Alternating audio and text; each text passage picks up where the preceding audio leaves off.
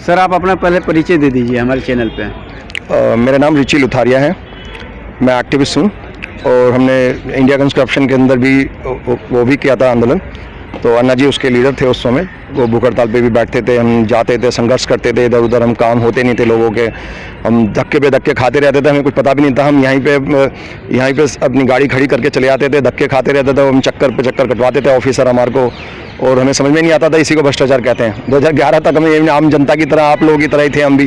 फिर बाद में हमने देखा एक बेचारा बुजुर्ग आदमी भूखा मर रहा है तो हमें भी बैठना चाहिए। फिर हमने उनकी सेवा करनी शुरू करी, दरी उठाते थे, टेबल लगाते थे, सारा कुछ जनता को मोबिलाइज करते थे, बोलते थे, बात कर। तो वो उसमें भी लोकपाल बिल बना नहीं, लेकिन हम भगवान ने देखा होगा, परमात्मा ने, कि भाई ये बंदा सच्चा और ईमानदार है, ये देश की सेवा करना चाहता है, जो भी इंटेंशन मेरे ठीक हैं, तो भगवान ने अगले साल ही हमें चांस दिया दामनी मूवमेंट के अंदर। और वो गलतियां हमने नहीं करी जो कि लोकपाल बिल में हुई थी, तो उसमें वो कामयाब, हमारा अब तक का सोशल मूवमेंट कोई भी इंडिया के अंदर कामयाब रहा है। जो कि जेपी मूवमेंट था वो पॉलिटिकल था, और जो सोशल मूवमेंट था वो फर्स्ट यही रहा जो जिसके अंदर 100% कामयाबी मिली थी। हम गए ही नहीं 6 महीने तक यहाँ से जब तक कि कानून पूरे नहीं बन गए थे। सारे कानून बने, गर्ल ट्रैफिकिंग का कानून एक्स्ट्रा बनवाया और एसिड अटैक का कानून हमने एक्स्ट्रा बनवाया, और सब सरकार ने मानी। अब हमारे 2-3 इशू अभी तक लटके हुए हैं, जैसे भ्रूण हत्या को मर्डर घोषित करना या 2-3 और इशू हैं, वो सरकार नहीं मान रही थी उस वक्त भी, क्योंकि सारे लोग लपेटे में आ जाएंगे। इतनी बुरी प्रथा है कि सब लोग बचपन में लड़की का जन्म से पहले ही मार देते हैं उसको, तो उसके लिए लेकिन पंगा था कि सरकार के अगेंस्ट ना हो जाए, उनके वोट बैंक ना चला जाए, इसलिए सरकार ने वो चीज़ पेंडिंग रखी कि चलो वो बाद में देखते हैं, पहले लोगों को जागरूक करते हैं। तो अब ये हालत है कि उसके बाद में 2019 तक सरकार ये सही चलती रही, मोदी जी सही काम करते रहे, हमें कोई शिकवा गिला शिकवा नहीं था। हम ट्विटर पे लिखते थे, फेसबुक पे लिखते थे, सरकार मान जाती थी उन बातों को। हमने कहा यार जब सरकार काम कर ही रही है जनहित के अंदर, तो हमें जरूरत क्या है रोड पे जाके तमाशा करने की। हमें बहुत सारे एक्टिविस्ट लोग बोलते थे कि आप क्यों नहीं इनके खिलाफ खड़े हो जाते हैं। बहुत बड़े बड़े एक्टिविस्ट, मैं उनका नाम ले सकता हूँ, उनका नंबर दे सकता हूँ, माने हुए जो हमारे इंडिया अगेंस्ट करप्शन के और माने हुए दिग्गज जो एक्टिविस्ट हैं बहुत सारे दूसरे, उन्होंने बोला था कि आप करो इनके खिलाफ कुछ। मैं कहा नहीं, ऐसे नहीं करेंगे, हमें क्या जरूरत है भैया, जब एक सरकार सही चल रही है तो सिर्फ आंदोलन करने के लिए हम आंदोलन करें जबरदस्ती, ये तो गलत है, नाजायज बात है। और फिर मोदी जी जब आए थे तो 6 महीने में ही लोगों ने शोर मचाना शुरू कर दिया, इनकी लुंगी खींचनी शुरू कर दी कि इनको हटाओ, इनको हटाओ। मैं कहा भैया चांस तो दो उनको काम करने का, तो वो चांस मौका दिए बगैर अगर आप किसी को हटा दोगे तो इसका मतलब आप ही इनजस्टिस कर रहे हो। तो फिर पूरे 5 साल तक लोग इंतजार करते रहे। मैं खुद कह रहा हूँ कि मोदी जी ने अच्छे काम करे, 2019 तक बहुत अच्छे काम करे, तो उस दौरान हमें कोई भी दिक्कत नहीं थी। लेकिन 2019 के बाद जब 20 के अंदर जब कोविड आया और इतने सारे मजदूर लोग मरे, गरीब लोग बेचारे कमरों में बंद थे, और गरीबी हाहाकार मचा था, लोगों को खाने के पैसे भी नहीं थे लोगों के पास।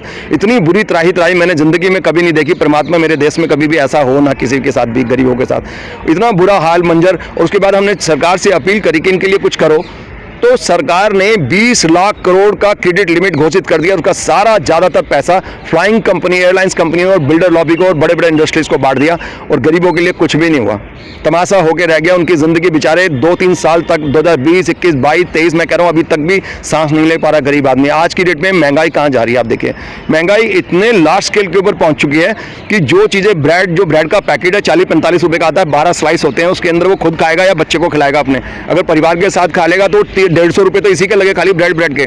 फिर चाय भी पीनी है, कुछ मक्खन लगाएगा, सूखे ब्रेड खाएगा क्या गरीब आदमी का, उसका नसीब यही है। तो ये हालत है कि इस समय महंगाई इतनी ज़्यादा हो गई, दाल के रेट ज़्यादा हो गए, ऑयल के रेट ज़्यादा हो गए, चावल दाल जो नॉर्मल चीज़ें हैं गरीब आदमी खाता है, उन सब के रेट आसमान पे छू रहे हैं कि जो मिडिल क्लास का आदमी था वो भी लोअर मिडिल क्लास से भी नीचे पहुंच गया, वो पॉवर्टी लाइन से नीचे पहुंच गया। अब सरकार कहते हैं कि भैया हमारे लिए तो 15 रुपये की जो थाली खाए ना वो पॉवर्टी लाइन से ऊपर है, गरीबी रेखा से ऊपर है। अरे भैया जो खाना अफोर्ड ना कर पा रहा है, जो मिडिल क्लास भी खाना अफोर्ड नहीं कर पा रही है, वो गरीबी रेखा से नीचे पहुंच चुकी है। सारा मिडिल क्लास जो 80-90% जो देश के जो निवासी हैं, सारे गरीब लोग, मिडिल क्लास के लोग, लोअर मिडिल क्लास, सारे के सारे गरीबी रेखा से नीचे पहुंच गए। हाहाकार मच रहा है इस समय, लोगों का खाना भी दूषित हो रहा है, लोग पुराने कपड़े निकाल के पहन रहे हैं। अब जाके देखिए सारी मार्केटों के अंदर, मैं झूठ बोलूं तो आप खुद मार्केटों में जाके देख लीजिए, पुराना यूज करा हुआ सामान, कपड़े बिक रहे हैं, रैक्स का माल सारी दुकानों पे। वो हमने पूछा भैया ये क्या कर रखा आपने, रैक्स के माल क्यों डाक दिए यहाँ पे? कह रहे भैया कुछ बिक ही नहीं रहा, आम जनता के पास पैसा ही नहीं है। मैं कहा यार क्या बात कर रहे हो, अडानी अभी 2015 में 40 करोड़ का आदमी था, वो पूरे दुनिया में पहले दूसरे नंबर पे फाइट कर रहा है वो अडानी, और अंबानी उसके पीछे पीछे आ रहा है। सारे बैंकों का सारा पैसा उसको दे दिया, सारे प्रोजेक्ट उसको दे दिए, कोस्टल एरिया पूरा उसको दे दिया, एयरपोर्ट उसको दे दिया, सारे पोर्ट उसको दे दिया, इतना बड़ा आदमी बन गया। तुम्हें प्राउड फील नहीं करते तुम अपने देशवासी, कोई तुम्हारा इतना बड़ा नाम कर रहा है, कह रहे बाबूजी। और फिर विकास हो रहा है, इतना महान विकास हो रहा है, हर जगह विकास ही विकास की लहर जो चल रही है, जो ये लोग बोल रहे हैं नेता लोग की विकास हो रहा है, तो तुम क्यों खामखा बात करते हो इस तरह की, मतलब नेगेटिव बात क्यों करते हो? कह रहे बाबूजी जब पेट में खाना नहीं होगा, भोजन ही नहीं होगा, गरीब आदमी की आंतड़ियां सूख रही हैं, तो क्या बिल्डिंगों का हम क्या करेंगे? विकास जरूरी है या जिंदगी जरूरी है? इसके ऊपर डिबेट है। कोई भी मेन स्ट्रीम मीडिया इस डिबेट को स्वीकार नहीं करता कि जिंदगी जरूरी है या विकास जरूरी है। बिल्डिंगें जरूरी है, भोजन पानी कपड़ा रोटी मकान जरूरी है, गरीब आदमी के लिए, मिडिल क्लास, पूरे भारतवासियों के लिए, मेरे देश के इनोसेंट लोगों के लिए क्या जरूरी है? उनको खाना पीना, बेचारे उसी में व्यस्त रहते हैं वो सारी जिंदगी, बच्चे पालने हैं, खाना खाना है। उनको कोई भी बोलो कह रहा भैया राजनीति हमें समझ में नहीं आती, हमें नहीं पता लोग क्या करते हैं, हम तो बस भावुक होकर बेचारे वोट दे देते हैं हर बार। तो ये पैटर्न जो है उसको तोड़ना जरूरी है। ये जो करप्ट लोगों ने, बहुरूपियों ने पूरे देश पे कब्जा किया हुआ है, ये काले अंग्रेजों ने, आज़ादी तो 1947 में मिल गई, लेकिन आप देखिए कि पूरा टैक्स सिस्टम वैसा का वैसा बनाया हुआ है। आज की हालत ऐसी है कि एक गरीब नवयुवक, कोई भी बेरोजगारी से इतने जूझ रहे हैं, इतनी बुरी तरह जूझ रहे हैं, कोई कारोबार नहीं है, सरकारी नौकरी छोड़िए। मोदी जी ने कहा कि लाल किले की प्राचीर से कहा कि 50,000 रुपये तक बिगर कोलेटरल गारंटी के आपको लोन मिल जाएगा। वो युवा जाके 50,000 छोड़िए, आप 20,000 रुपये लोन लेने जाइए बैंक से, बैंक वाले कहेंगे आप मोदी से ही ले लीजिए, यहाँ तो सारे डॉक्यूमेंट जमा कराने पड़ेंगे, बिगर उसके फ्री का नहीं मिल रहा लोन आपको, ठीक है। तो वो युवा कुछ भी काम नहीं कर सकता, बेरोजगारी से बेचारा धक्के खा रहा है। वो फिर आप बोलते हो क्राइम रेट बढ़ रहा है, भूखा आदमी करेगा क्या? छीनेगा, झपटेगा, इधर उधर करेगा, और क्या करेगा? इनकी गलती है या सरकार की गलती है इसके अंदर? ये तमाम जो वादे करे जा रहे हैं, झूठी बातें करी जाती हैं। कोई भी पॉलिटिशियन आप देखिए सारे बहुरूपिया बने हुए हैं। कोई इलेक्शन आता है, कोई दाढ़ी बढ़ा लेता है, कोई सरदार बन जाता है, कोई रुद्राक्ष की माला, इलेक्शन से पहले रुद्राक्ष की माला टीका लगा के और मानसरोवर की यात्रा पे निकल जाता है। कोई बंदा मफलर लपेट लेता है, खू खू करने लग जाता है, साला इलेक्शन खत्म, उसकी खांसी खत्म, ठीक है। तो ये तमाम नेता लोग जो बहुरूपिये बने हुए हैं, ये माया जाल फैला रखा है जनता के, बेचारी भोली भाली जनता की आंखों के ऊपर जो माया जाल डाल रखा है, इस भ्रम को तोड़ना बहुत जरूरी है। मेरे को बहुत लोग धमकियां देते हैं, मैं देने दो यार, कोई फर्क नहीं पड़ता, हम तो एक्टिविस्ट हैं, एक बारी तो मरता है जिंदगी के अंदर आदमी, दबी भी होगा, जब परमात्मा लिखेगा, गॉड ने लिखा होगा, चले जाएंगे, क्या फर्क पड़ता है, लेकिन संघर्ष करके जाएंगे, आवाज उठा के जाएंगे। अगर आवाज भी कोई किसी की आवाज नहीं सुनेगा तो यही पैटर्न चलता रहेगा लगातार, और ये पैटर्न टूटने वाला नहीं है किसी भी कीमत पे। कोई भी करप्ट पॉलिटिशियन कोई भी ऐसा कानून नहीं लाएगा जिससे जनता का सशक्तिकरण हो। मैं आपको अगेन एंड अगेन ये रिपीट कर रहा हूँ, आप इस बात को गौर कर लेना। कोई भी पॉलिटिशियन ऐसा कानून कभी भी नहीं लाएगा, ना तो केजरीवाल लाएगा, ना आम आदमी ये बीजेपी लाएगी, ना ही ये कांग्रेस लाएगी। क्या राइट टू रिकॉल दे सकती है ये पार्टियां? मैं चैलेंज करता हूं, उनको नहीं देंगी। Right to reject a criminal candidate दे सकती है? नहीं देगी। ये सिर्फ बात करेगी और धोखा देने के लिए नोटा जैसी चीज अदालत के थ्रू दिलवा देगी आपको, और उसका बटन दबाते रहिए, कोई फायदा नहीं, उससे कोई फायदा थोड़ी है। सर हाँ। मैं आपसे एक बात पूछना चाह रहा हूँ, ये जो है सरकार जैसी भी है, मतलब लोग इससे मतलब महंगाई, बेरोजगारी और इन देश के युवा नौजवान मतलब बेरोजगार हो रहे हैं, देश की अर्थव्यवस्था खराब हो रही है। एक दो आदमी जो मतलब एक दो आदमियों के लिए सरकार काम करती है, ऐसे लोग कहते हैं, आपने भी कहा। तो इसकी तोड़ क्या है सरकार को, मतलब इसका तोड़ क्या है, इस सरकार को कैसे हटाया जाए और 2024 में कौन आएगा? मैं उसी बात पे आ रहा था, लेकिन आपने बीच में पूछना चाहा, मैं कोई बात नहीं, मैं बताता हूँ आपको। इसका देखो, तोड़ किसी भी सरकार को हटाने से नहीं है। ये सरकार को हटाएंगे, एक कोई भी सरकार हो, XYZ, एक चोर बैठा है मान लो कहीं पे, एक चोर जाएगा दूसरा चोर आएगा, एक चोर जाएगा दूसरा चोर जाएगा, ये पूरा एक करप्ट सिस्टम, एक नेटवर्क है। टेबल से ऊपर ये सब बोलेंगे हम बहुत बड़े सेवक हैं, प्रधान सेवक हैं, या वो हैं, ये हैं, तमाम बातें करेंगे, लेकिन मुझे बताइए कि कोई भी पार्टी का लीडर, किसी भी पार्टी का लीडर क्या किसानों की सुसाइड के बारे में बात करता है? किसानों की आत्महत्या के बारे में बात नहीं करेगा, क्योंकि कर्नाटक में किसी की इन्हीं की सरकार होगी, महाराष्ट्र में इन्हीं की सरकार होगी, पंजाब में इन्हीं की सरकार होगी। कोई नेता ना केजरीवाल बोलेगा, ना ये राहुल गांधी बोलेगा, ना मोदी जी बोलेंगे, कोई भी नेता किसी पार्टी का जेन्युइन इशू पे बात नहीं करेगा। राहुल गांधी चाहे कितनी भी पदयात्रा कर ले, पूरे देश में भारत जोड़ो की बात करता रहे, सब ढकोसला है। दाढ़ी बनाने से कोई भी व्यक्ति इंटेलेक्चुअल नहीं बनता है, वो ज्ञान से बनता है। उसकी नॉलेज, कितना परसेप्शन है चीज़ों के चारों तरफ, उनको कितना देखता है और कितना समझता है। बहुत सारी चीज़ें, तमाम चीज़ें होती है कि इंटेलेक्चुअल बनाने में खाली दाढ़ी बढ़ाने से इंटेलेक्चुअल नहीं बनता है। आपने लाल किले के बाहर उसका वो भाषण सुना होगा, उन्होंने पीछे लाल किला बना दिया, झंडा लगा दिया और इस एंगल से एक फोटो लिए जैसे कि लाल किले की प्राचीर से भाषण दे रहा हो, लेकिन बेहूदी हरकतें कर रहा था, बचकानी हरकतें कर रहा था, आंखें मटका रहा था और तमाम चीज़ें बकवास कर रहा था। मुझे ये बताइए कि राहुल गांधी करप्शन पे क्यों नहीं बोलता? राहुल गांधी बेरोजगारी पे क्यों नहीं बोलता? राहुल गांधी सर्टिफिकेट, आप एफिडेविट, आप मेरी बात सुनिए कि आप राहुल गांधी एफिडेविट दे दीजिए, आप सुप्रीम कोर्ट में एफिडेविट दे दे राहुल गांधी या कांग्रेस पार्टी की जो भी आला कमान है, और वो राष्ट्रपति को दे दीजिए एक एफिडेविट निकाल के कि अगर जो ये बातें बोल रहे हैं, ये वादे जनता से कर रहे हैं, अगर राहुल गांधी आना चाहता है सत्ता में आए, हमें कोई दिक्कत नहीं है, ठीक है, लेकिन अगर जो वादे कर रहे हैं वो वादे पूरे नहीं हुए तो इनको उठा के जेल में डाल दिया जाए। ये बोलो ना, आप जनता को बेवकूफ बना के सत्ता में आते हो।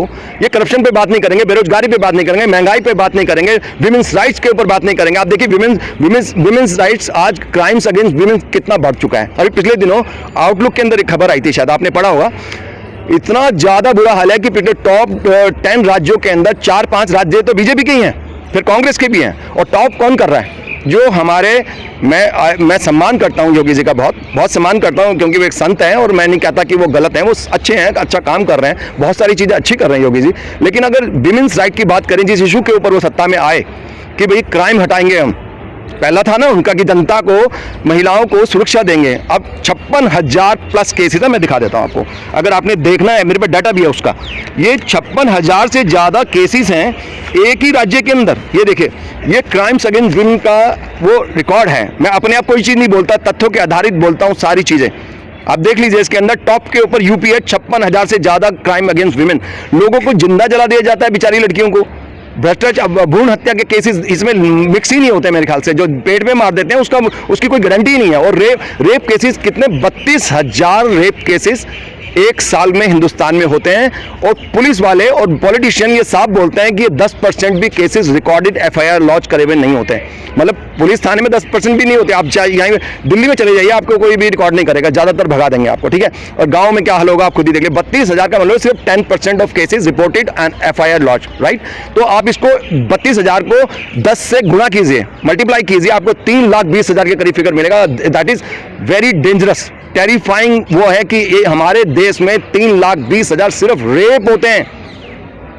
आप समझते हैं कि India is the capital of rapes पूरी दुनिया के अंदर। और किन लोगों के होते हैं बताइए? क्या आप सोचते हैं अड्डानी अंबानी के लोगों के या अमीर लोगों के होते होंगे रेप? नहीं, ये गरीब लोगों के रेप होते हैं, जिनकी कोई रिपोर्टिंग भी नहीं होती है, अखबारों में नहीं आती है, कहीं लिखा नहीं जाता। और ये मैं अपना डाटा नहीं बोल रहा, मैं अपनी तरफ से कुछ नहीं लिख के लाया हूँ, ये एनसीआरबी का वो डाटा है, नेशनल क्राइम ब्यूरो का, ये मेरा डाटा नहीं है। प्लीज़ आप इसको समझ लीजिए, ये जितना भी है डाटा, ये सारा डाटा सरकारी डाटा है, मेरा डाटा नहीं है, मैं अपनी तरफ से जोड़ नहीं रहा हूँ। इसको आप 10 से गुना कर लीजिएगा, क्योंकि एफआईआर लॉस नहीं होती है। आप गांव देहात में तो चाकू मारे मर्डर कर दीजिए, 5,000 रुपये दीजिए, केस खत्म। तो वहाँ तो इतना बुरा हाल है। तो आप ये एक गुड गवर्नेंस की बात करते हैं, आप कहते हैं गुड गवर्नेंस हम लाएंगे। भैया आप बेवकूफ़ क्यों बना रहे हो जनता को? आपके बस की नहीं है, आपके बस की नहीं है, किसी भी पॉलिटिशियन के बस की नहीं है, तो रिजाइन करिए। और उसका सॉल्यूशन आप मेरे से पूछ रहे थे, मैं सॉल्यूशन बता रहा हूं। जब तक जनता को सशक्तिकरण नहीं करेंगे, राइट टू रिकॉल जनता को नहीं देंगे, राइट टू रिजेक्ट जनता को नहीं देंगे, कि जनता के पास ये अधिकार होना चाहिए कि कोई भी भ्रष्ट आदमी काम नहीं करता पॉलिटिशियन तो उसको रिकॉल कर सके, ऐसा सिस्टम बनाएंगे हम। और अगर कोई क्रिमिनल है खड़ा होता है तो उसको रिजेक्ट करने का अधिकार होना चाहिए। नोटा से क्या होगा? नोटा तो का मतलब है कि भाई वोट देना चाहता नहीं देना, तो वो डेड बटन है, वो खामा खा का बटन सरकार ने जनता को उल्लू बनाने के लिए किया। क्योंकि 2011 में हमने ये क्वेश्चन उठाए थे इंडिया अगेंस्ट करप्शन में कि राइट टू रिकॉल और राइट टू रिजेक्ट मिलना चाहिए जनता को एम्पावरमेंट दे। जनता के पास एम्पावरमेंट आ जाएगी, जनता का सशक्तिकरण हो जाएगा, तो करप्ट लोग की बिल्कुल नहीं चलेगी। अगर हम कभी भी जिंदगी के अंदर ऐसी हमने पार्टी बनाई है वैसे, लेकिन हम कभी फ्यूचर में आते भी हैं, इलेक्शन लड़ते भी हैं, सबसे पहले मेरा वादा है, I will be the first politician in India, कि मैं शपथ लेने से पहले ही अपना रेजिग्नेशन राष्ट्रपति को दे दूंगा, प्रधान उसको, और सुप्रीम कोर्ट में अपना रजिस्ट्रेशन और एफिडेविट के साथ दूंगा कि अगर हम 1 महीने में राइट टू रिजेक्ट या राइट टू रिकॉल नहीं देते हैं जनता को, तो हमारा इस्तीफा स्वीकार करा जाए, हमारी सरकार को गिराने का पूरा हक है जनता को, खत्म। ये सबसे बड़ी बात, जनता के बाद जब पावर आ जाएगी ना, ये पॉलिटिशियन या कोई भी एमएलए, आप मुझे बताइए कि जनता के पास इंफॉर्मेशन पहुंचती है, इतनी सारी चीजें हैं कि जनता का जो पार्षद है उसके क्या क्या नियम है, क्या क्या काम करता है, ये भी जनता को नहीं पता। आप उनके ऑफिस के बाहर लिखवाइए कि क्या क्या कैटेगरी के कौन कौन से काम ये लोग करते हैं, बेचारी जनता से पूछते होंगे, हमें पता ही नहीं कौन सा क्या करेगा। आप पार्षद के पास जाएंगे, वो कहेगा एमएलए करता है, एमएलए के पास जाएंगे, वो क्या एमपी करता है काम। अरे कौन करेगा? साले रोड टूटे पड़े हैं, जनता जहां रहती है वहां रोड टूटे पड़े हैं, गड्ढे हो रहे हैं, और आप रोड बना रहे हैं कहां पे? जंगल में, बस्तर में, छत्तीसगढ़ में। वो आदिवासी कह रहे हैं हमें तो चाहिए ही नहीं, वो तो बेचारे जंगल में रहते हैं, उनके जंगल उजाड़ दिए, आदिवासियों को मार दिया, आर्मी लगा दी उनके अगेंस्ट। हमारे देश के इनोसेंट लोगों को इनोसेंट आर्मी वालों से भिड़ा रहे हैं, वो बेचारे क्या कर रहे हैं, आर्मी वाले अपनी ड्यूटी कर रहे हैं, वो अपने आपस में लड़ रहे हैं, मर रहे हैं, लेकिन राजनीतिक गायब है, राजनीतिक चमक चल रही है, उनकी रोटियां सिक रही है, वोट लिए जा रहे हैं और अब हमारे देश के लोगों को आतंकवादी बनाया जा रहा है, माओवादी बताया जा रहा है। मैं कल परसों इंटरव्यू दे दिया तो मेरे को वहाँ पे यूट्यूब पे लिखने लगे नक्सलाइट है, वो नक्सलाइट है। भैया हम नक्सलाइट हो गए? हम शायद तुम लोगों से ज़्यादा प्यार करते हैं अपने देश से। नक्सलाइट कैसे कह सकते हैं आप? देशभक्ति का पैमाना आप मुझे बताइए ना, कौन सा पैमाना आप लोगों का? अगर देशभक्ति, क्या भारत की कोई भी अगर नेता गलत काम करता है और उसकी बुराई करी जाती है, वो देशद्रोह नहीं है, वो देश के खिलाफ नहीं है। वरना तो ये नेता अपनी मनमर्जी करेंगे ना। आप अभी 200 रुपए की दाल नहीं खरीद सकते तो आगे आपके फरिश्ते भी नहीं खरीद सकते, 500 रुपए की हो जाएगी तो आप रोगे बाद में कि अब कोई कुछ चेंज करो, फिर कोई चेंज नहीं करेगा, लेकिन लोग चले जाएंगे। अन्ना जी की उम्र काफ़ी हो गई है और ऐसे ही लोग धीरे धीरे कर करके ख़त्म हो जाएगा और आप ये भ्रष्ट प्रशासन ऐसे ही चलता रहेगा। कोई भी ये जो कहते हैं ना गुड गवर्नेंस नहीं है, ये तो क्रूर शासन है। जब जनता की सुनी नहीं जा रही और आप एक तरफ बोलते हैं हम प्रधान सेवक हैं, उसके बाद में सिर्फ कुछ चुनिंदा बिजनेसमैन, जो बाजारवाद है, बाजारवाद पूरी तरह सोसाइटी के ऊपर, समाज के ऊपर हावी हो गया। आज जनता के ऊपर इतना बड़ा शिकंजा कस दिया है बाजार ने कि आप देखिए टेली कम्युनिकेशन से लेके हर चीज़ में घोटाला है, हर चीज़ में घोटाला। आप कितने रुपए का रिचार्ज करते हैं, आपने अगर 2G फॉर एग्जाम्पल आपने 5 GB का डाटा ले लिया, उसके बाद में आपको कोई बोलेगा मैं 50 रुपये में दे रहा हूँ, उसके बाद में आपने देखा आपके इलाके में तो टावर ही नहीं लगे हुए, टावर लगा ही नहीं है, वो कहेगा कि हमारी इतनी फास्ट सर्विस है और उसमें आपका झूम रहा है, वो बफरिंग ही करता रहा है, कुछ आप यूज ही नहीं कर सकते। अब 2 GB को भी यूज नहीं कर सकते पर डे के हिसाब से। अंदर तो 5G लॉन्च हो गया है। अरे 5G के पीछे बहुत बड़ी गेम है। 5G के पीछे एक्चुअली जो चाइना का जो है ना जैकमा, जो उसका जो है अलीबाबा का जो चीफ है, वो पूरी दुनिया के अंदर 5G लॉन्च करने वाला था। तो ये लोग चिढ़ते हैं, अमेरिकन लोग और नाटो कंट्रीज बहुत बुरी तरह चिढ़ते हैं। वो इंडिया के कंधे पे बंदूक रख के चाइना पे मारना चाहते हैं, जिससे कि चाइना गोली चलाए तो इंडिया को लगे, इंडिया की गोली उसको लगे, दोनों मर जाए। हमारा काम फूट डालो शासन करो। अंग्रेजों की पुरानी नीति है। ये नाटो कंट्री कौन है? अमेरिका, ऑस्ट्रेलिया, ब्रिटेन, ये वही अंग्रेज। ये अंग्रेज चले गए, काले अंग्रेजों को स्थापित कर गए। यहाँ पे वही क्रम चल रहा है। काले अंग्रेज जब तक नहीं जाएंगे, आप देखिए टैक्स सिस्टम है। एक गरीब आदमी, नवयुवक काम में भूखा मरता है, उसको कोई भी बेरोजगारी भत्ता नहीं मिला जाता इस देश के अंदर। लेकिन अगर वो कहीं से लोन लेके अपने सारी ऐसी तैसी करा के बेचारा कहीं से भी पैसे लेके कंपनी शुरू कर देगा, 48.5% टैक्स, 50% के करीब टैक्स देना पड़ेगा आपको। किस बात का भैया? जब सरकार जब ये कुछ उसको कोई भत्ता ही नहीं देती है, भूखा मर रहा था, तब तो कोई नहीं पूछ रहा था उस गरीब आदमी को, बेचारे नौजवान को। और जब वो कुछ काम करने लगा, मेहनत से कुछ करने लगा, तो सरकार टैक्स पे। किस बात का? हम ऐसा रेजिम लाएंगे जिसमें टैक्स फ्री इंडिया का सपना हो। टैक्स बिल्कुल खत्म कर दो, तभी गरीब आदमी अमीर आदमी के बराबर खड़ा होगा। जो इकोनॉमिक और सोशल जो गैप है, जो बहुत बड़ा, इतना बड़ा गैप आया जा रहा है दोनों के बीच में कि अमीर आदमी, कुछ 2% लोगों के हाथ में सारी सत्ता है, सारा पैसा है, सारे एसेट्स हैं। आप बताइए ना, एक बात बताइए कि 150 करोड़ के करीब हिंदुस्तान की आबादी है, 135 करोड़ मान लीजिए, लेकिन काफ़ी इधर उधर के टोटल मिला के 150 करोड़ के करीब लोग हिंदुस्तान में रहते हैं। बाहर के लोग भी रहते हैं, अंदर के भी। 150 करोड़ लोगों के अंदर अगर हम 1% भी बोले तो 1.5 करोड़ होता है। क्या 1.5 करोड़ इंडस्ट्रीज हैं? अमीर लोग हैं? नहीं है। ये तो कुछ लाख भी नहीं है, तो मतलब कितना रेशियो होगा उसका? 1% भी नहीं है। ये लोग बहुत कम है। सारा सत्ता, सारा पैसा, पूरी दिल्ली, पूरा इंडिया बेच दिया इन्होंने। जंगल को लैंड बैंक के अंदर डाल दिया और आदिवासी जिनका हक था उस जमीन पे जंगल की, उसको वनवासी बोल दिया प्रधानमंत्री महोदय ने। वनवासी के पीछे कितनी बड़ी राजनीति है, राहुल गांधी को तो पता नहीं। उसने तो बोल दिया कि भैया तुमने वनवासी क्यों कहा, ये तो आदिवासी थे, है ना। लेकिन राजनीति कितनी है मैं समझाऊंगा आपको। पूछे क्वेश्चन पहले। सर मैं ये कह रहा हूँ, सरकार ने 17-18 कंपनी, लगभग जो जानकारी है मेरे को, मैं उसके आधार पर पूछ रहा हूँ, 17-18 कंपनियों में बेच दिए हैं। उसकी अगर आपके पास कोई डाटा हो या जानकारी हो तो उसका विवरण दे दें। अरे भैया, ये 17-18 कंपनी की बात करें, देश ही बेच दिए हैं। पूरा देश बिक चुका है। आपको तो कुछ भी समझ में पता नहीं कितनी बात आ पा रही है, लेकिन मैं उसी पे आपको धीरे धीरे एक्सप्लेन कर रहा था वो चीज़ कि पूरे हिंदुस्तान की जो जमीन थी जिस पे प्रोजेक्ट्स लगने इंडस्ट्रीज के या जो भी जमीन है, वो अड़चन ये आती थी कि भैया आदिवासी रहते हैं, आदिवासियों को जंगल पे अधिकार है। तो मोदी जी ने अभी पिछले दिनों एक शब्द बोला था कि ये वनवासी लोग हैं। वनवासी कहते कि शादी, उसकी डेफिनेशन चेंज हो जाती है कि वनवासी अगर कोर्ट में जाएंगे कि भाई हमारी जमीन है, तो कोर्ट कहेगा कानून के हिसाब से कि तुम तो वनवासी हो, तुम्हारा कोई जंगल पे अधिकार नहीं है, मतलब कि लैंड का वो क्लियर हो गई लैंड, ठीक है। तो वो जो उन्होंने जो बैंक बना दिया है, लैंड बैंक बना दिया, पूरे हिंदुस्तान की मैक्सिमम जमीन उसमें डाल दी है, सारे जंगलों को उसमें डाल दिया ऑलमोस्ट, ठीक है। उस पर वनवासी कुछ बोलते हैं, वो जो आदिवासी कुछ लोग बोलते हैं तो उनको गोली मारते हैं, उनकी लड़कियों के साथ रेप करा जाता है, और जो लड़के बोलते हैं तो उनको गोली मार दी जाती है, उनमें से कोई बच के भाग जाता जंगल में, वो उनको माओवादी हथियार पकड़ा देते हैं, तो बेचारा इनोसेंट आदमी जिसको ना रोड के बारे में पता, ना रेडियो के बारे में पता, ना ट्रेन के बारे में पता, कुछ नहीं पता उसको, उस जंगल में रहा सारी जिंदगी, उसको बोल देते हैं ये टेररिस्ट से गोली मारो उसको। बेचारा आर्मी वाले क्या करें, उनको तो भैया ऊपर से जो हुक्म आएगा देश के खिलाफ तो जा नहीं सकते, वो एक दूसरे को गोलियां मार रहे हैं और हमारे देश के लोग ही मारे जा रहे हैं वहाँ पे तमाम। तो ये पूरा जो पैटर्न है, ठीक है, लैंड सारी की सारी लैंड उसके अंदर डाल दी, और उसके बाद में अगर वो जाएंगे कोर्ट के अंदर कि हमारी जमीन छीन ली, तो कोर्ट बोलेगा भैया वनवासियों का तो कोई अधिकार ही नहीं है जमीन पे, ये तो आदिवासियों का अधिकार है, आप तो राइट ही नहीं है, तो उनके हाथ से गई वो सारी जमीन, उधर चलेगी जो लैंड माफिया को दे दी। और आप दूर की छोड़ो, मैं दिल्ली की बताता हूँ आपको, दिल्ली की 7 कॉलोनियों के अंदर सरोजिनी नगर, किदवई नगर, कस्तूरबा नगर, कुछ साल पहले एक दिल्ली चिपको आंदोलन चला था, शायद आपको पता भी नहीं होगा, है ना। तो जो भारत चिपको आंदोलन जो चला था पहले, उसके जो भगुना जी और काफ़ी लोग हमारे पास आए भी थे यहाँ पे सपोर्ट करने के लिए आए थे। हम लोगों ने 16,500 के करीब पेड़ थे, 18,000 तक काफ़ी टोटल मिला के, तो वो सब पेड़ों को काटने का हुक्म दे दिया था उन्होंने, सरकार ने, कि वहाँ पे जो ये आपका साउथ एक्स है, साउथ एक्स के पास पड़ोस की ज़मीन के ऊपर वर्ल्ड ट्रेड सेंटर बनाएंगे और सारी कॉलोनियों को काट के, और लैंड माफिया को दे दिया इन्होंने कि भैया ये इसमें कॉलोनियाँ वो बनाएंगे फ्लैट। तो इन्होंने पेड़ काटने का ऑर्डर दे दिया था। पेड़ काटने के ऊपर हम लोगों ने प्रदर्शन किया, बहुत सारे सोशल एक्टिविस्ट आए और अल्टीमेटली हमने उसमें केस भी डाला एनजीटी के अंदर। एनजीटी में समतंत्र कुमार को एक थे जज थे, उन्होंने बोला कि ये पेड़ नहीं काटे जा सकते, वो मुकदमा हम जीत गए, पेड़ काटना रुक गया। लेकिन उसके तुरंत बाद सरकार ने किसी गोयल को, किसी दूसरे बंदे को बैठा दिया, अपने बंदे को वहाँ पे जज बना के उसको हटा दिया।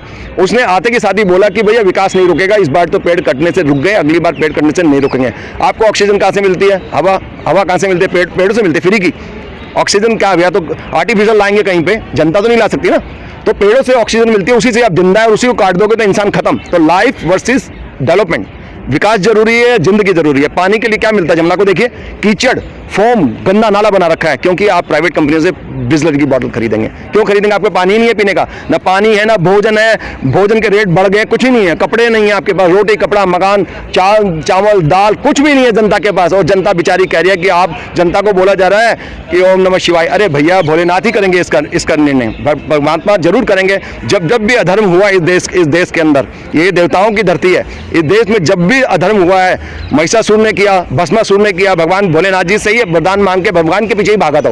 तो नारायण जी ने आके उसको मोहिनी रूप धर के उसको तातई थैया करा के मारा था उसको, राइट। उसके बाद हिरण्यकशिपु आया, वो भी राक्षसों का राजा था, उसने भी बहुत अत्याचार किए जनता के ऊपर, और वो भी भगवान शिव का बहुत बड़ा भक्त था। लेकिन फिर उसने वरदान ले लिया था कि ना अंदर मरू, ना बाहर मरू, ना इधर मरू, ना उधर मरू, रात में ना दिन में। फिर भगवान ने नरसिंह अवतार धर के चौखट पे उठा के उसको 1 सेकंड में फाड़ के फेंक दिया था। फिर रावण आया, वो भी पूरी दुनिया के अंदर अहंकारी राजा था, वो राक्षसों का राजा था, उसने भी बहुत उधर्म मचाया, भगवान ने उसको भी मारा। कोई भी अहंकारी जो ये सोचता है कि मैं हूँ, अहंकार है तो परमात्मा है, गॉड है, उसके अलावा कोई इस दुनिया के अंदर किसी की सत्ता नहीं चल सकती, सिर्फ परमात्मा की चलेगी। वो कभी किसी के साथ अन्याय नहीं करता भगवान, सबकी सोचता है इस दुनिया के अंदर। ये किसी भी पार्टी का भगवान नहीं है।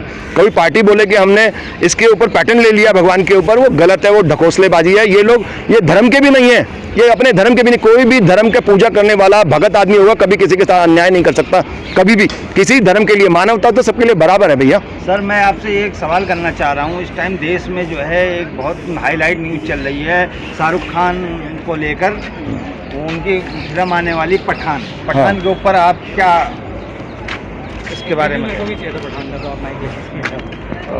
बिकनी के बारे में?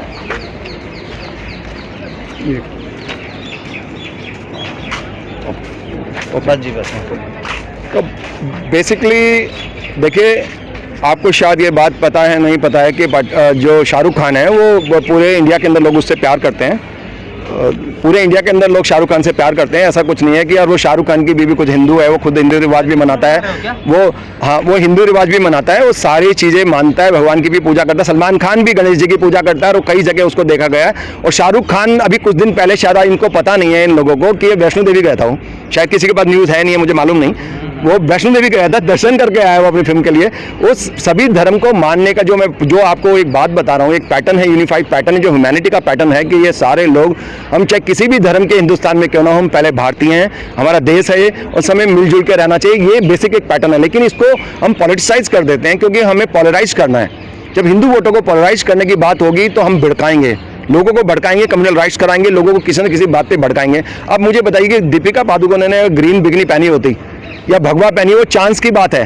ठीक है, कि उसने क्या पहना। अगर आपको लगता है कि शाहरुख खान ने कोई इंटेंशनली ऐसा किया है कि जिससे किसी की भावना हर्ट हो, वो फिल्म देखने के बाद पता लगेगा, ठीक है। अभी कुछ कहना लापरवाही है, क्योंकि जब किसी ने फिल्म नहीं देखी है, सिर्फ एक कलर को देख के अगर आप कमेंट कर रहे हैं, लड़ाई कर रहे हैं आपस में, तो ये गलत बात है। पूरी फिल्म को देखो, अगर उसका पैटर्न समझ में आता है कि इसने जानबूझ के हिंदू भावनाओं को हट करने के लिए, या फिर भगवा एक कलर है बेसिकली, उसको आप सिर्फ हिंदुइज्म से नहीं जोड़ सकते हैं। लेकिन अगर आप हिंदुत्व से जोड़ते हैं, जो कि रिसेंट ईयर्स के अंदर हुआ है कि हिंदुत्व से जोड़ते आए हैं भगवा कलर को, तो जो इसका जो पैटर्न है हिंदुत्व के साथ जोड़ने का, उसके अंदर अगर वो बात है, तो आप सोचे कि हिंदुत्व का एजेंडा सिर्फ बीजेपी ने लिया, हिंदुओं ने नहीं लिया।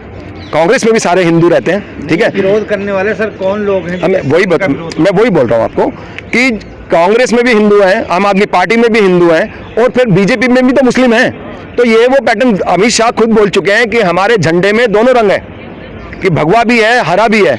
तो फिर ये विवाद क्यों है? विवाद जो लोग क्रिएट कर रहे हैं वो बेसिकली हिंदुओं के वोट पोलराइज करने के लिए कर रहे हैं। ये बहुत ही पुराना, थका हुआ और बेहुदा कार्ड है जो पॉलिटिशियन जनरली प्ले करते हैं कि भाई हिंदुओं के वोट एक तरफ करके लड़ाई कराते रहो, इनको हिंदू मुस्लिम, ये इसी में भिड़ते रहेंगे। और कभी भी इनके भ्रष्टाचार जो नैरेटिव जो पीछे चल रहा है, जो करप्शन का नैरेटिव चल रहा है ना बैकग्राउंड के अंदर, वो कभी भी दिखाई ना दे। इन लोगों को उलझा के रखो। एक तो बेचारे खाना, दाल, पानी, चावल, इनमें उलझे हुए हैं गरीब लोग, और उसके बाद में इनको अगर थोड़ा सा भी ध्यान इधर उधर जाता है तो फिर इन मुद्दों पर बेफिजूल के मुद्दे हैं, ये बेफिजूल के मुद्दे हैं। और मैं समझता हूँ कि जो मेन स्ट्रीम मीडिया भी उसी चीज़ में लगा है, और सोशल मीडिया आज की डेट पे आई कांग्रेचुलेट, एक्चुअली मैं बधाई देता हूँ सोशल मीडिया को कि आज मेन स्ट्रीम मीडिया इनको कॉपी कर रहा है। आप समझ रहे हो, ये मुद्दा पहले मेन स्ट्रीम मीडिया में नहीं चला, लेकिन अब वो ये मेन स्ट्रीम मीडिया चलाने लगा, एनडीटीवी वगैरह सब चलाने लग गए हैं। भाई क्यों चला रहे हैं? क्योंकि आप लीड कर रहे हो। सोशल मीडिया एक ऐसा चेंज लाएगा हिंदुस्तान के अंदर, जब सब सारे एक्टिविस्ट को इन्होंने बैन लगा दिया, किसी की आवाज़ नहीं खुल रही है, कहीं बोलने नहीं दिया जा रहा, तो सोशल मीडिया ही लाएगा वो चेंज, जो क्रांति लाएगा वो सोशल मीडिया ही लाएगा। इस चक्कर में सरकार को अच्छी तरह पता है कि फ्यूचर में सबसे बड़ी क्रांति ये सोशल मीडिया लाएगा, इसलिए इसी को बैन करने के लिए रेगुलाइजेशन लाया है उन्होंने कि रेगुलाइज करो, पहले गवर्नमेंट से रजिस्टर्ड करो, हमारे पैटर्न पे काम करो, तब हम बताएंगे क्या करना है। जैसे कि यहाँ पे हो रहा है, जंतर मंतर पे डिसाइड सरकार करेगी कि कौन प्रोटेस्ट करेगा। 10 बजे से 5 साढ़े 4 बजे के बीच में करेगा, कुछ घंटे करेगा और निकलो यहाँ से, धक्के मार के उनको निकाल दिया जाता है। उसके बाद में कौन यहाँ पे प्रोटेस्ट करेगा? पूरा खाली पड़ा है, जबकि सेशन चल रहा था तब भी कोई नहीं, किसी को बोलने नहीं दिया जा रहा था। सेशन को एब्रप्टली खत्म कर दिया उन्होंने, जल्दी से सेशन ही खत्म कर दिया। उनको लगे कि कोई जनता बोले उससे पहले उसको खत्म कर दे, बेकार के इशू है। मेरी रिक्वेस्ट है सोशल मीडिया से कि वो असली इशू के ऊपर आए। अगर आपने सरकार को अगर जगाना है ना, तो महंगाई पे बात करो, करप्शन पे बात करो, वुमेन्स राइट पे बात करो, गरीबी के ऊपर बात करो। तमाम जो जनता के इशू हैं वो भड़का रहे हैं, आपको ध्यान बटा रहे हैं। सोशल जो मेन स्ट्रीम मीडिया तो उनके कब्जे में है, पैसे खाते हैं, जो भी करते हैं वो लोग। आप लोग संतर्त हो, उस संतरता का ये फायदा उठाओ कि आप न्यूट्रल रहो, निष्पक्ष रहो। उत्तर प्रदेश हाई कोर्ट ने ओबीसी आरक्षण को निकाय चुनाव से खत्म करने का जो फैसला लिया, कैसे देखते हैं? हाँ, ये एक बात बताइए, जो पूरा का पूरा जो आपको जुडिशरी का जो सिस्टम है, अभी कुछ समय पहले प्रशांत भूषण जी ने जुडिशरी में करप्शन की बात करी थी, वो लगातार इश्यू उठाते रहते हैं, उनको अरेस्ट करने की धमकी दी। और जिस दिन उनको धमकी दी जा रही थी कि इनको आज अरेस्ट हो जाएगा, उसी दिन हमने सोशल मीडिया में लिखा था कि अगर प्रशांत भूषण जी हमारे बंदे हैं, एक्टिविस्ट हैं, अगर उनको अरेस्ट कर लिया तो हम पूरे हिंदुस्तान के अंदर गवर्नमेंट के खिलाफ में प्रदर्शन करेंगे। तब उनको मैसेज करा होगा शायद पॉलिटिशियन ने कि भाई इनको अरेस्ट ना कराया जाए, सिर्फ धमकी देके छोड़ दिया जाए, तो उनको अरेस्ट नहीं करा गया। और जो ये बात आप कह रहे हो कि ये ओबीसी के अंदर ला रहे हैं, ये पूरी की पूरी जितनी भी चाल, ये लोग भ्रष्ट लोग कितनी भी चाल कर लें, जनता के पास सबसे बड़ी पावर है। जिस दिन जनता रोड पे उतर जाएगी ना, इनकी लुंगियां फाड़ देगी, इनको संसद भवन से निकाल के मारेगी।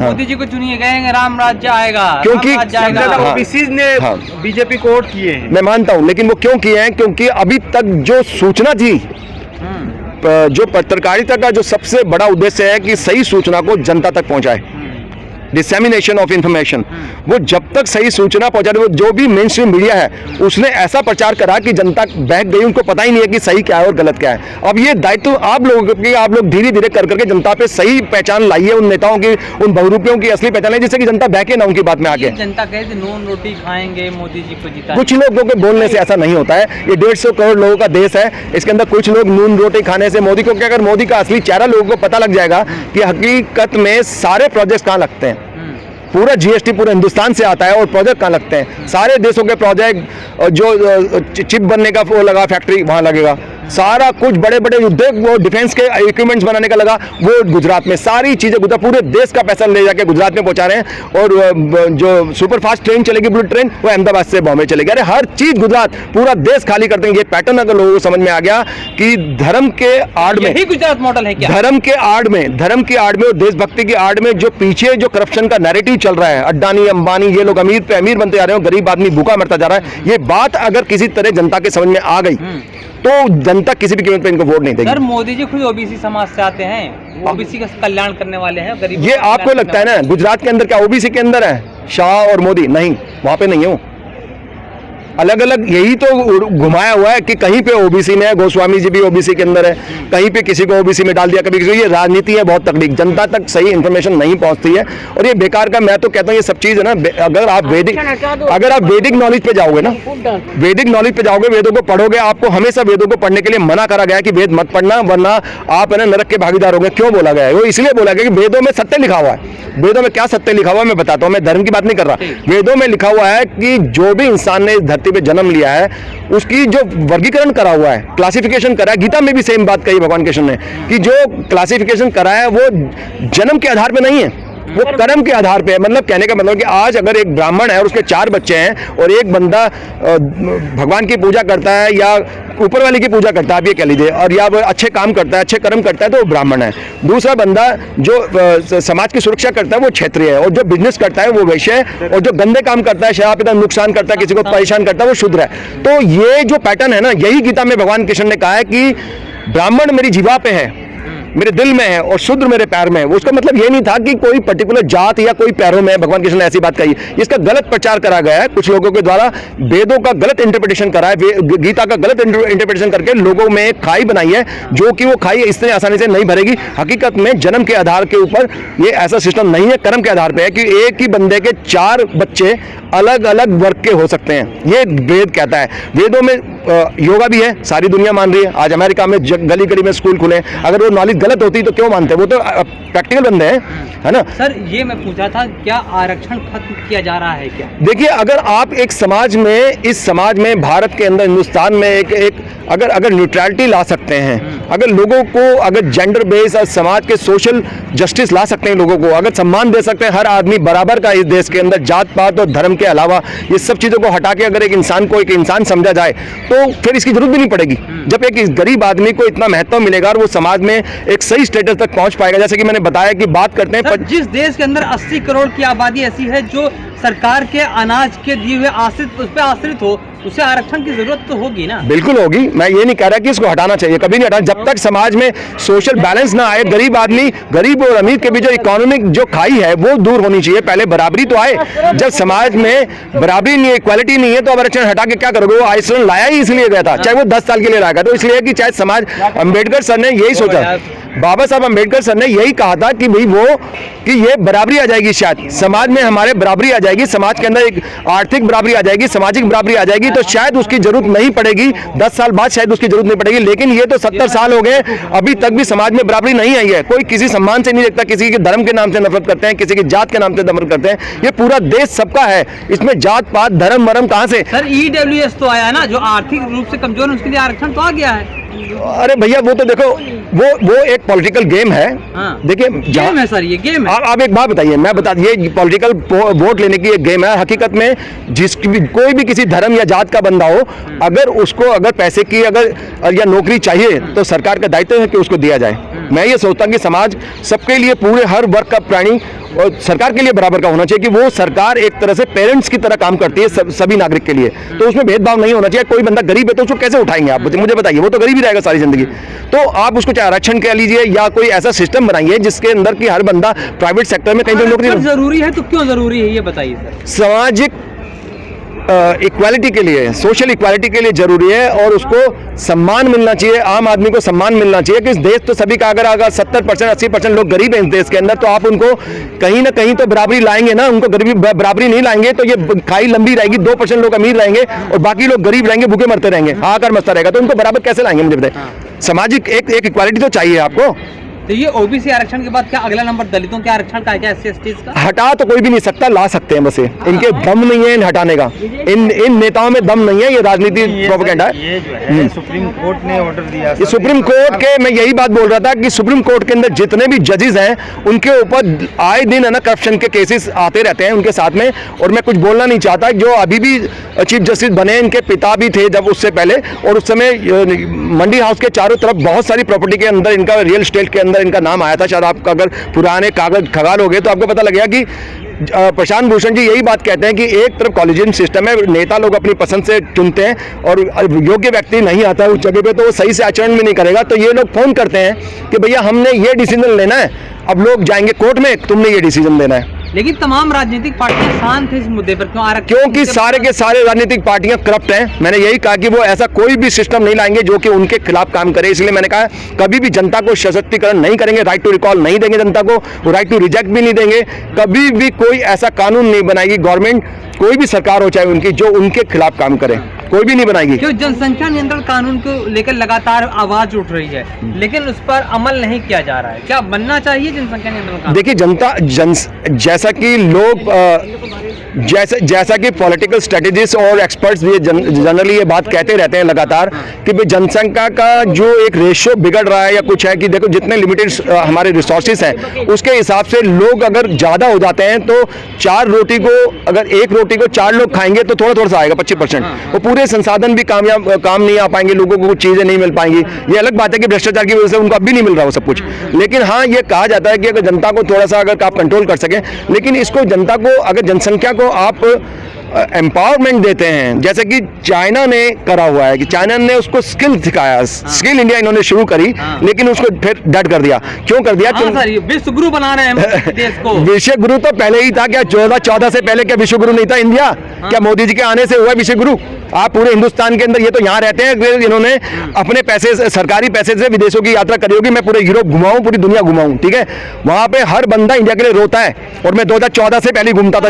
विश्व गुरु बन रहा है। अरे विश्व गुरु पहले ही है इंडिया, जिसको भी पहले जिसको भी कोई मार्गदर्शन चाहिए होता है किसी भी फील्ड के अंदर वो इंडिया आता है। आपको बता दूं टीएस इलियट से लेके जिसको नोबेल प्राइज मिला था साहित्य का, या जितने भी बड़े बड़े धुरंधर हैं उन्होंने अपने ज्ञान के लिए, यहाँ तक कि जीसस क्राइस्ट के लिए भी ये कहा जाता है कि वो इंडिया आए थे, संस्कृत पढ़े उन्होंने, वेद पढ़े, उसके बाद उन्होंने प्रचार करना शुरू करा वहां पे। तो विश्व गुरु तो इंडिया पहले से ही है, उसको बनाने की जरूरत नहीं है। ये क्या मोदी जी बना सकते हैं, कोई नहीं बना सकता? अरे मोदी जी के अंदर बस की है तो अपने आप को यहीं गुरु बना लीजिए। हमारी बातों को तो जवाब दिया नहीं जाता। सोशल मीडिया में सारे लोगों को बैन कर दो, सारे एक्टिविस्ट को जेल में डाल दो या बैन कर दो। जब हमारी बातों का जवाब नहीं देता, मेरे 3 फोन 4 इतने सारे लैपटॉप खराब कर दिए, मैं दिखाऊं फोन भी पड़े हुए मेरे पास इतने सारे फोन। जब जनता की बात नहीं उनसे सुनी जाती। राम राज्य भी मोदी जी को सम्मान के साथ मैं कहना चाहता हूं कि आज तक अपने टेन्योर के अंदर कभी भी प्रेस कॉन्फ्रेंस करी है? वो जनता के सवाल नहीं ले सकते जर्नलिस्ट से, पत्रकारों से जनता के सवाल तक तो लेने की उनमें हिम्मत नहीं है। और वो बात मोदी जी के अंदर, और वो बात करते हैं विश्व गुरु बनने की, पहले अपने देश के गुरु तो बन जाओ, अपने देश जनता के बारे में जानो। पत्रकार लोग क्या क्वेश्चन पूछना चाहते हैं?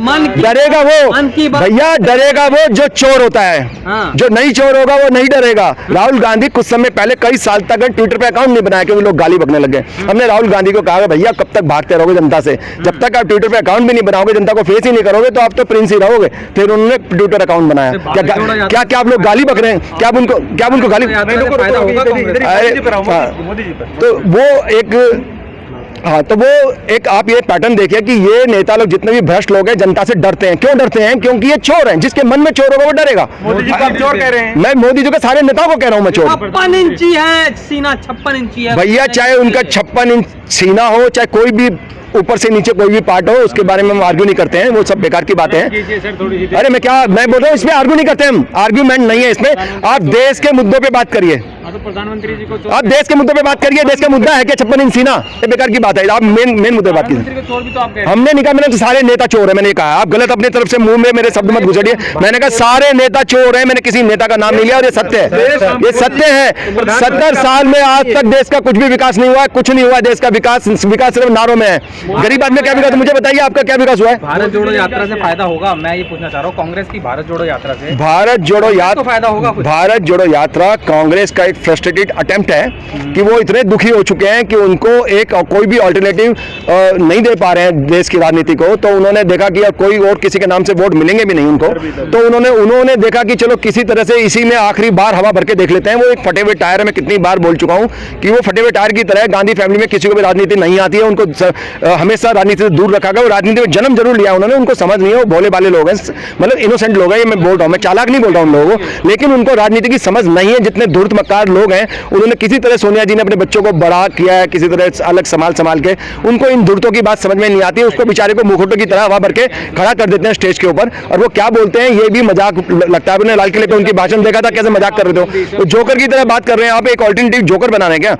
एक सीरियस नेता बनाइए ना। सीरियस नेता आप नहीं बन सकते क्योंकि आपकी समझ ही नहीं है। कौन है? किसे देखते हैं सीरियसनेस किसमें? कांग्रेस के अंदर किसको लगता है आपको? आप कांग्रेस में ही अल्टरनेटिव क्यों ढूंढते हैं? पूरा का पूरा मेन स्ट्रीम मीडिया जनता के सामने बार बार सिर्फ दो ही ऑप्शन लेके आता है, मोदी राहुल गांधी, मोदी राहुल गांधी। अब मोदी की बुराई करें, राहुल गांधी, राहुल प्लेट में दो ही चीज सजाएंगे आपके लिए। जनता सुबह जनता, क्योंकि उनको लगता ही नहीं कि कोई और आना चाहिए, किसी को और को चांस ही नहीं देते, किसी लीडरशिप को आने नहीं देंगे आप लोग। तीसरा कौन है सर? तीसरा कौन? जब आप एक्टिविस्ट लोगों यादव है क्या? अरे आप मजाक कर रहे हैं क्या? देश का मजाक उड़ाना है देश में? अरे मैं पहले कह चुका हूँ, देश के तमाम लीडर, मुझे एक लीडर ऐसा बता दीजिए जो ईमानदार हो। एक लीडर बता दीजिए, हम उसको सपोर्ट करेंगे। मोदी नहीं तो अरविंद केजरीवाल ईमानदार है। लगातार तो उनके केस आ रहे, कभी शराब घोटाला, कभी ये घोटाला। राज्यसभा में 90 करोड़ रुपए लेके उन्होंने, वो अजय माकन ने दिखाया कि 15 दिन पहले हमसे ये दोनों के दोनों गुप्ता जी हमसे रिजाइन करके गए। ये देखिए रेजिग्नेशन लेटर, हमने बोला रिजाइन क्यों करें कांग्रेस से, ये सबूत है। आप गूगल कर लीजिए, आपको सबूत मिल जाएगा लेटर के साथ। हाँ, ममता दीदी के ऊपर बंगाल के अंदर कितने करप्शन चार्जेस लग रहे हैं आपको पता है? तो फिर आप ये बोले कि मेरे कपड़े, सुनिए, आप ये बोलिए कि मेरे कपड़े तो धुले हैं, मेरी सरकार के अंदर मेरे नेता कितना ही करप्शन करे, मेरे कपड़े धुले हुए, तो ऐसा नहीं चलेगा ना। मोदी जी पे तो अब तक कोई करप्शन 2024 में अगला पीएम कौन होगा आपकी नजर से? देखिए, ये तो आपको ध्यान रखना है कि कौन बनेगा कौन नहीं बनेगा, ये आपका उत्तरदायित्व है कि राइट लोग, सही लोग जनता के सामने आए। मोदी जी राष्ट्रवाद के लिए काम कर रहे हैं नहीं? किसके लिए? राष्ट्रवाद के लिए। राष्ट्रवाद एक बेसिकली हर इंसान का एक अपना परसेप्शन है कि सत्य क्या है। सत्य actually truth is a multi layered thing. हर इंसान के परसेप्शन के हिसाब से सच्चाई होती है। अब वो उसको राष्ट्रवाद, उनका राष्ट्रवाद में कि दूसरे लोगों को लड़ाओ, आपस में भिड़ाओ, हिंदू खतरे में नहीं होगा, खतरे से निकाल दूसरे लोगों को लड़ाओ, उनको भिड़ाओ और फिर बोलो भारत माता की जय। ये हमारा राष्ट्रवाद नहीं है। हमारा राष्ट्रवाद है पूरा देश एक रहे, सारे धर्म के लोग एक रहे, सारे लोग तरक्की करें देश के, और सही मायने में करें। ये नहीं सिर्फ भाषणबाजी नहीं होना चाहिए। सबका साथ, सबका विकास, सबका प्रयास। अरे जनता ही प्रयास करेगी तो तुम क्या करोगे? प्राइवेट करोगे चीजों को, बेचोगे चीजों को, सारी चीज प्राइवेट कर दो। जब तुम्हारे बस की नहीं है तो रिजाइन करो ना। जब तुम्हारे चीज, हर चीज आप प्राइवेट कर रहे हैं, जवाहरलाल नेहरू स्टेडियम भी बेचने की बात कर रहे हैं, अशोका होटल भी बेचने की बात कर रहे हैं, सारी चीज बेच दी है, सारी नवरत्न कंपनियां बेच रहे हो। और फिर अचानक बिकते की साथ ही, इन इंडस्ट्रीज के बाद जाते की साथ ही इनसे पूछती है पत्रकार कि भैया क्यों बेच रहे हो? कह रहे प्रॉफिट नहीं कर रही है, प्रॉफिट नहीं कर रही है। और इनका पॉलिटिक्स, इनके पास जाते, अडानी अंबानी के पास जाते ही वो प्रॉफिट करने लग जाती है। इसका मतलब इनको नहीं आता चलाना, इनको देश चलाना नहीं आता है, तो वो रिजाइन करो ना। आप दूसरे लोगों को आने दीजिए। अब मेन स्ट्रीम मीडिया अल्टरनेटिव के नाम पे सिर्फ दो ही परोसते हैं थाली में, गरीब को या आम जनता को, मोदी राहुल, मोदी राहुल। नहीं, आपको चारों तरफ देखना चाहिए। आप कहना क्या चाहते हैं? हम कह रहे हैं कि और लोगों को आना चाहिए, नए लीडरशिप को आप चांस दीजिए। Main stream leadership, main stream media नहीं दे रहा चांस, आप तो दो, बोलने तो दो कम से कम। आपको खुद खबर हमारी आपको कैसी लगी? लाइक, कमेंट, सब्सक्राइब जरूर करें। Thank you.